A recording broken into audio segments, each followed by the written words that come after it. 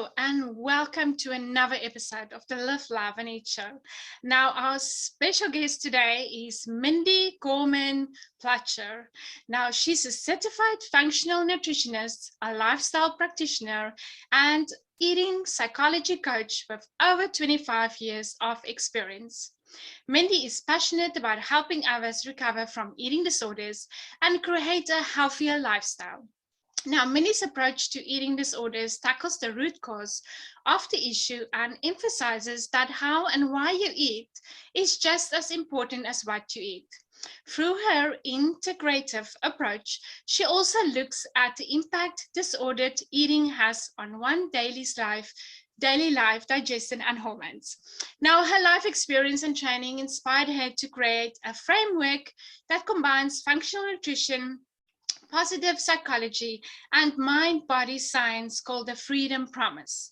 She has established a compassionate resolution to physical and emotional challenges resulting from chronic and complex health issues as they relate to eating disorders. In addition, Mindy is the author of the Freedom Promise, 7 Steps to Stop Fearing What Food Will Do to You and Start Embracing What It Can Do for You.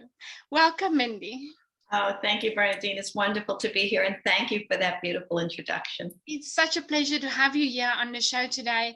But, before we start the podcast, can you tell our listeners a little bit about yourself, your story? How did you get started in your career? Well, my career is really a culmination of my personal experience with recovery from more than 25 years of eating disorders and various forms of disordered eating and thinking.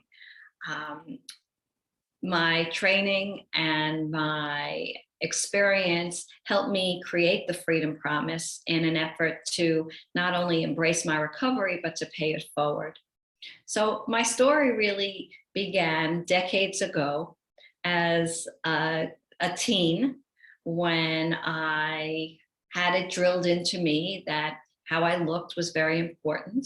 And the message I received and interpreted was that my beauty was very dependent upon how thin I was. And dieting in our family really was an activity. It was a family project. Everybody got on board, and from Monday to Friday, Friday evening, we would restrict and experiment with all sorts of weight loss programs. But by Friday evening and into the weekend, everything went to hell, so to speak, and the food was a free-for-all. So this was really very confusing to a young girl who was trying to do it all right. So that was one part of it. But the other part of it that I think had a more of a lasting impact on me, combined with the activities and the desire to be thin, was that it was very important for me to do everything right and to gain the approval of my parents and those that I looked up to for my security and my safety and my need to belong. I was also, unfortunately, given the message that my feelings didn't matter. I was told a little too often that I was too sensitive. I shouldn't express what I was feeling. I didn't feel seen. I didn't feel heard. So you put that all together, and it morphs into the desire to figure out how to navigate the world that I no longer felt safe in.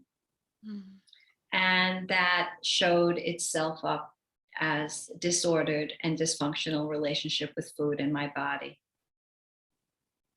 That is, yeah. I want to, you said something that really touched my heart, and it is that,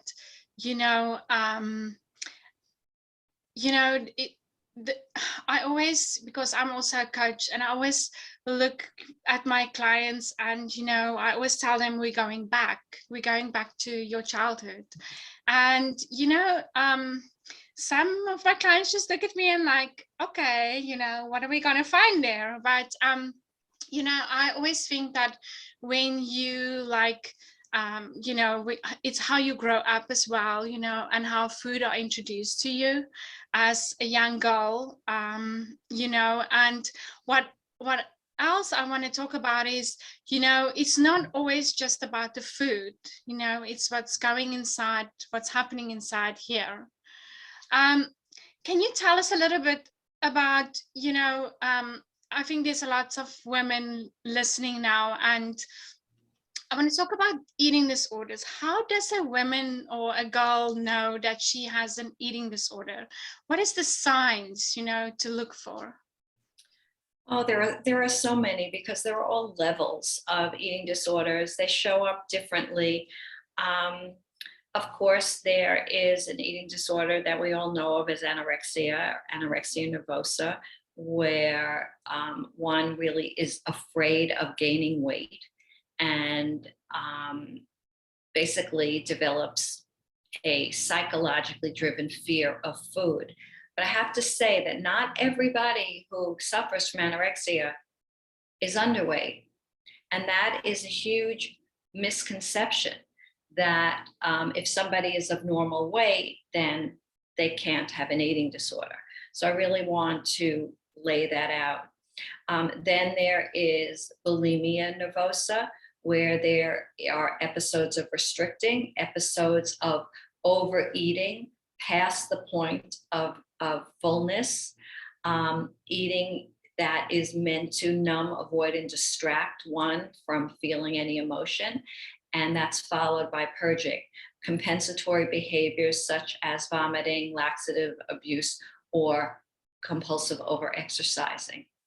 And then there is binge eating disorder, which is characterized by those episodes of overeating, compulsively, emotionally driven behaviors with food past the point of fullness in an effort to numb, distract, avoid, but there is no purging, no compensatory behaviors. Then there is ARFID, avoidance restrictive food intake disorder, where somebody has an aversion to certain types of food.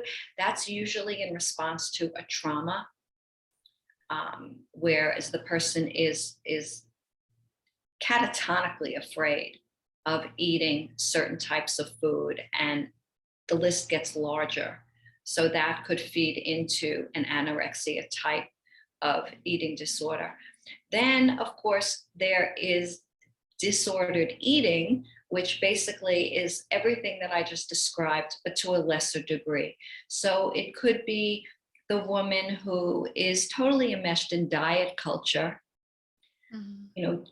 sourcing her self-worth by everything outside of herself, the scale, the next diet fad that she views as the holy grail, all in an effort to feel better about herself.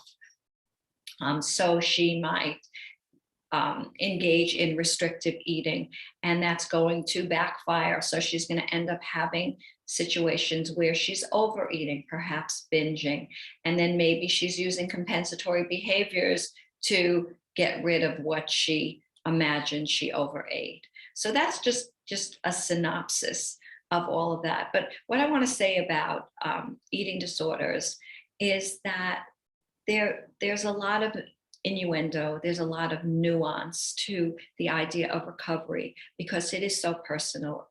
As you started out our time together, everybody has a story. And as you also talked about how you coach your clients, everybody's story is unique to them. And it's also about how we interpret that story. Yeah. Right. But what's really important for our audience to be aware of is why food is plays such a big part in these stories as self-soothing, self-coping mechanisms. Is we have to remember that our very first experience with being held, with being seen, with being heard, being nurtured, has to do with being fed. Yeah. Right? So we're thrust into this world, the bright lights, the cold room, right? Being born, which is a trauma in itself. We're swaddled and warm for the first time. We have no sense of self, no ego, no autonomy. We're only aware of the person who is responsible for our care and feeding. Yeah.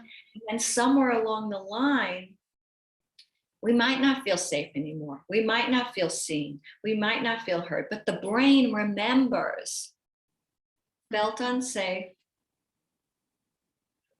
eat, feel better. And that we carry with us for all time. Yeah, that's interesting that you mentioned that, because, you know, I'm a recovered emotional eater, and I used to, like, when I get emotional or I'm in distress, or I would just start eating, binge eating, like, you know. And what you said now, you know, it starts from, I believe it starts from when you're in your mother's womb as well, you know.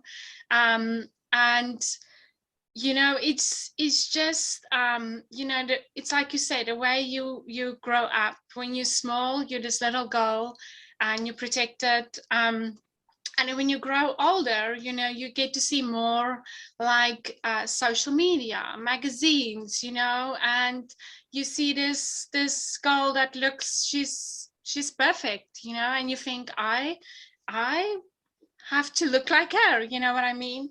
I think that social media and, you know, TV, television, plays a big role in that as well, you know, and diets as well. There's so many diets out there, you know, and, you know, people think, oh, if I do that diet, I'm going to look like, you know, the women that did the diet, if that makes sense.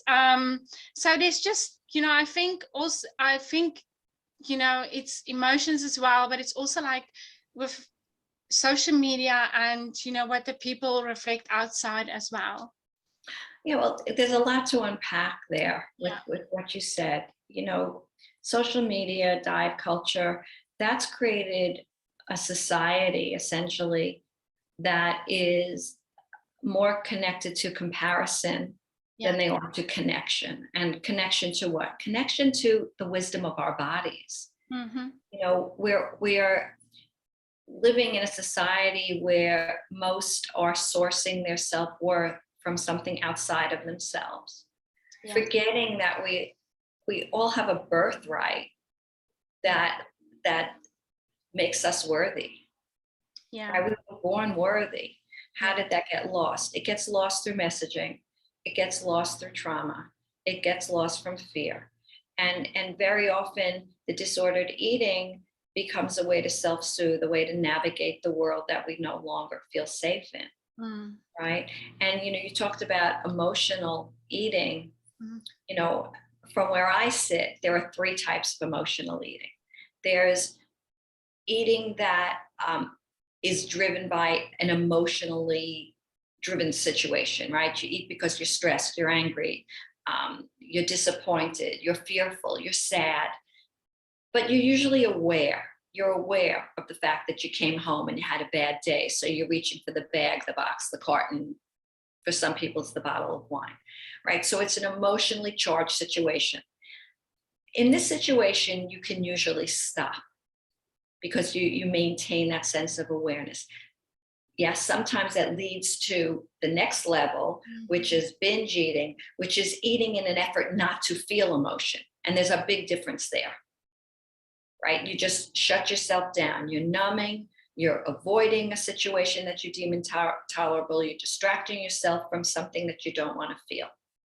But then there's the kind of emotional eating that we should all aspire to bring emotion to the table with us, to be excited.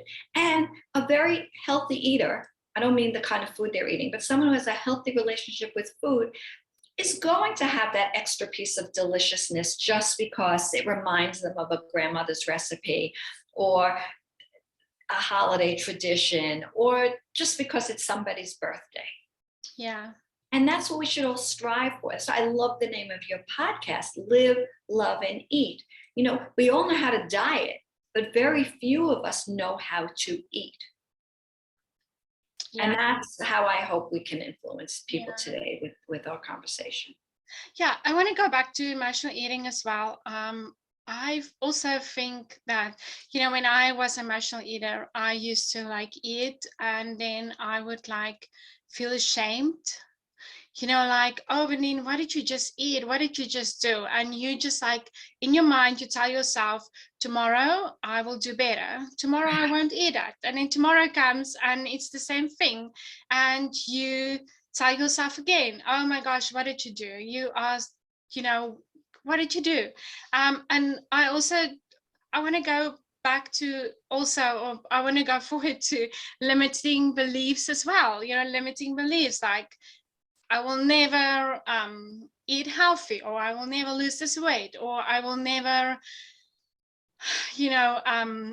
eat the right foods. I think limiting beliefs also plays a very, a role in your relationship with food and how you see food as well. Yeah, and that's why with the work I do, the very first phase of my work with clients is about eliminating those limiting and toxic beliefs. But we can't do that successfully and fully until we understand the context within which those beliefs developed. Yeah. And therefore you can understand the context within which the behaviors developed. So it's about awareness, curiosity, acceptance and compassion for those beliefs because they morphed out of a need that we had. Yeah. And then we can lovingly let them go. Yeah, I love that. I love that you say that. I also want to talk a little bit about the gut and the brain connection. How do you heal your gut and detox your mind? Okay. Well, the majority of people that I work with are presenting with gut issues. And statistically, 90 to 98% of people who have struggled with eating disorders, eating challenges, also are challenged with some sort of GI dysfunction. And these symptoms remain long after the behaviors resolve themselves. So that we know. All right, but what is the gut-brain connection? It's a bi-directional pathway, a two-way pathway. The gut sends messages to the brain sends messages to the gut. And truthfully, the gut sends more messages to the brain than the brain sends to the gut. The gut is often known as the second brain. The gut has trillions of nerve endings. The gut is also controlled by the vagus nerve, and responds to the vagus nerve, which is the longest nerve in the body. It goes from the brainstem through the digestive system, innervates all the organs, and that vagus nerve responds to stress. It is part of the autonomic nervous system. So when we are stressed, whether we are in a stressful, fear-inducing situation, or we're stressed because of the self-talk that we're involved with, telling ourselves things about ourselves that might not be true, but are stressing us anyway, we shut down that vagus nerve. We activate the sympathetic nervous system. We're in fight, flight, or freeze. When the vagus nerve is activated, we're in parasympathetic mode. Everything is flowing beautifully, otherwise known as rest and digest. When we are stressed, when the brain is sending stress signals to the gut, digestion shuts down. We're wired that way. When we need to use all of our energy to run away from a tiger or a dinosaur or a predator, we need all of our energy in our limbs. So digestion shuts down. So when we are stressed as a result of disordered eating, disordered thinking, we're not digesting. We're not digesting, we're not absorbing, we're not assimilating, we're not metabolizing. Another thing to remember is that neurotransmitters very often are created in the gut. Serotonin, which is that feel-good chemical. 65% of our serotonin is created in the gut. When that's not functioning properly, we're stressed, we're distressed, we are anxious, and we could be experiencing depression. I love that. That is, the gut. I mean, the gut is very important. Like you said, that's your second brain. Now, I want to go back to also, I want to talk about a little bit about the relationship with food. You know, many of my clients, when they see food, they restrict food. Like, if they at somebody's house for a party or something, and I see this cake, they are like, oh, I'm not going to eat that because I'm going to gain weight, or, any type of food. Can you tell us a little bit about how can you transform your relationship with food? When you walk into a room and you see food, you don't get that panic attack like, oh my gosh, there's food, I shouldn't even look at it. How do you transform your relationship with food? Oh, it's a process, Bernadine. I wish there was a sentence I could give you. Basically, you're going to transform your relationship to food when you transform your relationship to yourself, right? Our relationship to self is reflected in our relationship to everything else. So if we are sourcing our self-worth because of how we think we need to look, then we are going to be fearful of what food will do to us. I work with my clients to educate them to the beauty of what food can do for them. We bring awareness to why they fear food. Get rid of all those toxic and inflammatory beliefs about food, and help them to make empowered choices and shift from a mindset of scarcity, which is the diet mindset, right? Fearing food, to one of abundance, understanding that if they would allow themselves to enjoy food, allow themselves to have that piece of cake, if it makes them feel well, if they're okay with it, and if they eat it experientially, if they really enjoy the cake, taste it, appreciate the taste, the texture, the temperature, they're not going to overeat. So it's a question of building trust. It's a question of understanding hunger and fullness cues, understanding satiation cues. You can be full but not satisfied.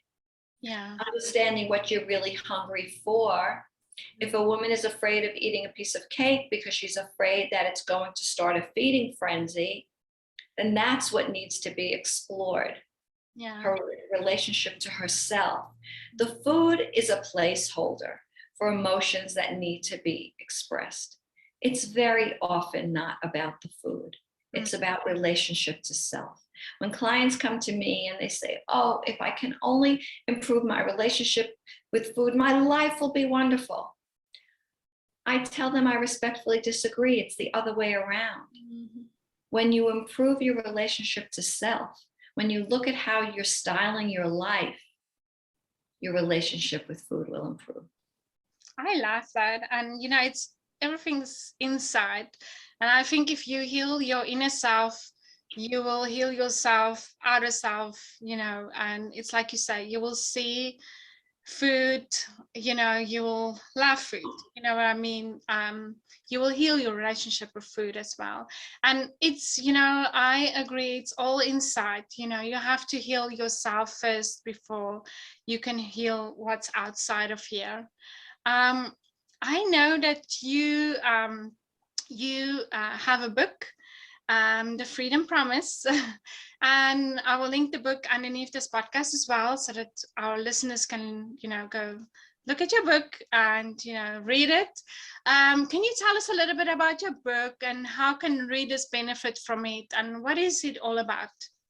Well, my book actually details my signature framework, which are the 7 steps to stop fearing what food will do to you and start embracing what it can do for you. And those steps really came about organically, and they're an acronym for freedom. So the first step is find your enough, face your feelings, feel the love, which speaks to gratitude. The second step is relax or rest and digest. Step 3 is eat when you're hungry, stop when you're not. Step 4 is eat mindfully. Step 5 is do something every day to make your body feel alive. Step 6 is only eat whole foods as often as you can. And step 7 is make sure you surround yourself with what truly nourishes. And if you'd like, I can just give a little synopsis of each of those steps. So, finding your enough is about digging deep. It's about going inside. It's about embracing a lightness of being, which in turn will allow your body to become lighter. Facing your feelings is obvious. Feelings need to be expressed. They need to be felt. That makes us human. And feeling the love is all about gratitude. Relax talks about the science of stress.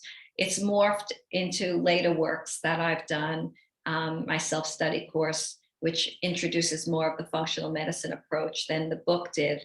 I didn't have that training when I wrote the book. So relax, rest, and digest is the science of stress, and how even toxic thoughts can shut down digestion and create serious issues in the body. Eat when you're hungry, stop when you're not. That introduces the differences between true physical hunger and heart, mind, or emotional hunger. And then, of course, there's toxic hunger, which is what happens when we are introduced to food products disguised as food that are manufactured in such a way that we truly cannot eat just one. Eat mindfully, bring mindfulness to the table. Invite yourself to the head of your table as an honored guest. Really be focused. Make eating an experience. When you eat, eat. Do something every day to make your body feel alive. That speaks to the joy of movement, honoring our bodies with movement as opposed to punishing them, abusing them with exercise that's designed to make it go away. And in that step also, we talk about body image. And then only eat whole foods as often as you can. Well, that's the Nutrition 101 part of the book, talking about macronutrients, micronutrients, but also the energetics of food and how food impacts mood. And then, of course, make sure you surround yourself with what truly nourishes. That speaks to your purpose, your spirituality, your relationships, and of course, your relationship with self, because what truly nourishes us, we're never going to find in the kitchen.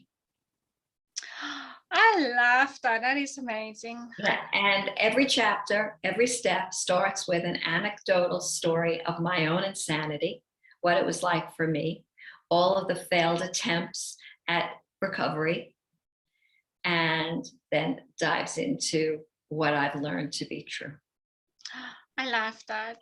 I will definitely link that down, this podcast, and I will also get a copy and read that as well. Thank you. Let me know what you think. I will. It was such a pleasure to have you on the podcast today. You are doing such amazing work out there. It was so nice connecting with you today. Thank you, Bernadine. Same for me. Really. Have a wonderful rest of the day. Thank you, you too.